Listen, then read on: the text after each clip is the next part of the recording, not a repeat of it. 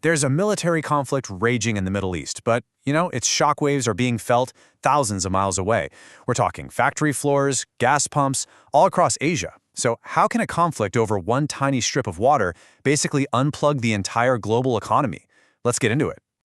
It all boils down to this one number, 20%. That's how much of the entire world's oil supply has to pass through one single, incredibly narrow waterway. In global trade, that's what's known as a choke point. And the most important one on the entire planet, the Strait of Hormuz, is right at the center of this huge international crisis. And as the conflict escalates, the United States has moved over 50,000 forces into the region. We're talking warships, Marines, airborne units, the whole 9 yards. This is way beyond a regional dispute now. It's a global flashpoint, with the world's energy artery right in the crosshairs. Now, here's where it gets really interesting. Where is all that energy actually going? Well, a staggering 84% of the oil and natural gas that floats through the Strait of Hormuz is headed for the factories and power plants of just one continent, Asia. And this, right here, is why this matters to you no matter where you are. When that strait is threatened, the disruption doesn't just stop in the Middle East, it creates a ripple effect that travels all the way from a gas station in the Philippines to the very smartphone that might be in your pocket right now. For the nations of Asia, this isn't some distant problem on the news. It is an immediate economic emergency. They're the first domino to fall in a crisis that's exposing a really deep, really dangerous vulnerability in the system. And this chart just lays it all out, crystal clear. Look at that extreme dependency. You've got China, Japan, India, all of them massive importers. But then you look at a country like the Philippines. They are nearly 100% dependent on imported oil, and a lot of that comes from the Middle East. That level of dependency means there's basically zero cushion. When that supply gets choked off, the impact is immediate and it is severe. So let's look at how two key U.S. allies are handling this storm, because it's a real tale of two cities. In the Philippines, it is a full-blown national emergency. They are scrambling for supplies, their currency is collapsing. Over in South Korea, things are a bit more managed. They've released their strategic oil reserves, and their amazing public transport system helps a lot. But even there, the pressure is just immense. Let's just zoom in on what's happening in the Philippines. Their currency has hit a historic low, 61 pesos to the dollar. Prices for food and basic goods are going through the roof, and they've only got a few weeks of fuel reserves left. This is what a real energy shock looks like on the ground. And even in South Korea, which was much better prepared, you can feel the strain right at the very top. When an official was asked about the president's response to this energy crunch, they said, "It has kept them up at night." That one little quote, man, it tells you everything you need to know about the kind of pressure these leaders are facing. But here's the crucial thing to understand. This crisis goes so far beyond just the price of gas. The energy shortage is now cascading through the entire global economy, and it's threatening to bring the incredibly complex web of modern manufacturing to a grinding halt. So how on earth does a closed waterway affect your phone? Let's trace it. It's a domino effect. First, the tanker routes get disrupted. That doesn't just cut off oil, but other critical materials like helium. Helium is absolutely essential for making advanced semiconductors.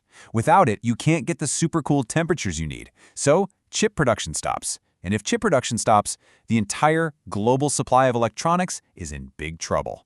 And this just perfectly highlights the hidden fragility of our whole system. I love this quote from Professor Robert Kelly. He said, "A month ago, who knew anything about helium coming out of the Persian Gulf? And here we are."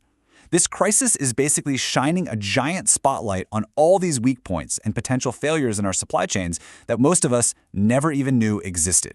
And it's not just the high-tech gadgets either. The disruption is hitting the production of essential goods all across the board. Petrochemicals, which are the building blocks for, well, almost everything. Fertilizers, which are critical for global food security. And even basic medical supplies we all count on, like syringes and gloves. Okay, so as the economic pain gets worse and worse, something fascinating, and frankly, a little bit dangerous, starts to happen. The cold, hard logic of national survival begins to overpower these long-standing political alliances, and that's triggering a desperate global scramble. It's forcing every single one of these countries to answer a very simple but very stark question. When the chips are down, what matters more, your alliances or your survival? And we get a pretty clear answer from an expert in the Philippines. She put it plainly. The national survival of a country like mine is the primordial consideration at the moment. You hear that? Everything else, alliances, treaties, political pressure, it's all taking a back seat. And if you want the perfect example of this shift in real time, here it is. The Philippines, a country that has a mutual defense treaty with the United States, is now in emergency diplomatic talks with Iran, a major U.S. adversary, basically begging them to let oil tankers through. When it comes to survival, all the old rules go out the window. So where does all this lead? Beyond the immediate chaos and desperation, this crisis is acting like a massive catalyst. It's forcing a long overdue reckoning that could permanently redraw the entire global energy map. And you can really see two different paths emerging. On one side, you've got these short-term, desperate measures, releasing oil reserves, burning more dirty coal, just frantic diplomacy to get through the next week. But on the other side, a serious, long-term strategic rethink is kicking in, a faster push for renewables, taking another look at nuclear power, and fundamentally rebuilding supply chains so they're not so fragile. The thing is, the shock from this crisis was so fast and so brutal that it's moved all those long-term strategies from the nice-to-have column right into the essential-for-survival column. The decisions that are being made right now could define global energy security for the next few decades. Which leaves us with one final massive question. We're really at a crossroads. Will this profound shock actually force the world to build a more resilient, a more diverse, and maybe even a greener energy future? Or, in all this desperation, are we just watching nations stumble into the next global conflict over resources?